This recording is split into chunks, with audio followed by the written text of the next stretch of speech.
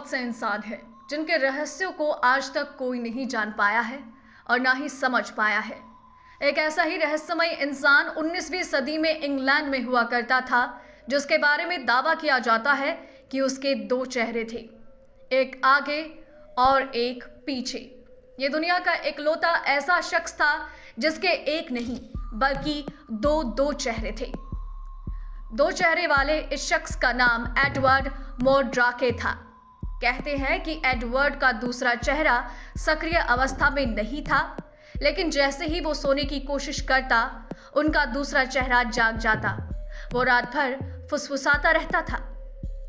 साल 1985 में एक लेख छापा गया था जिसमें एडवर्ड का जिक्र था, जिसमें लिखा गया था, एडवर्ड अपने दूसरे चेहरे से काफी परेशान थे क्योंकि इसकी वजह से वो कई दिनों तक सो नहीं पाते थे। कहा जाता है कि एडवर्ड अपने इलाज के लिए डॉक्टर्स के भी पास गए थे, लेकिन चूंकि उस वक्त की तकनीक इतनी विकसित नहीं थी, इसलिए इलाज संभव ना हो पाया। हालांकि ये भी कहा जाता है कि डॉक्टर्स ने उनका इलाज करने से इनकार तक कर दिया। कहते हैं कि एडवर्ड के सर के पीछे वाला चेहरा एक लड़की का था, जिसकी आंखें तो थी लेकिन वो देख नहीं सकती थी। इसके अलावा उस चेहरे का मुंह भी था, लेकिन वो खा नहीं सकता था और ना ही जोर से बोल पाता था, बस फुसफुसाता, और वो भी नर्क के बारे में।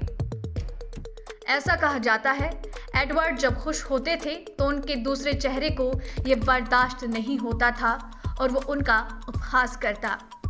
इसके अलावा जब वो रोते तो दूसरा चेहरा मुस्कुराता। कहते हैं कि एडवर्ड ने अपने दूसरे चेहरे से परेशान होकर आत्महत्या कर ली थी। उस वक्त उनकी उम्र सिर्फ 37 साल थी।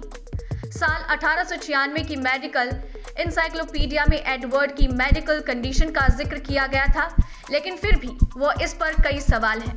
लोग इसे कहानी ही मानते हैं।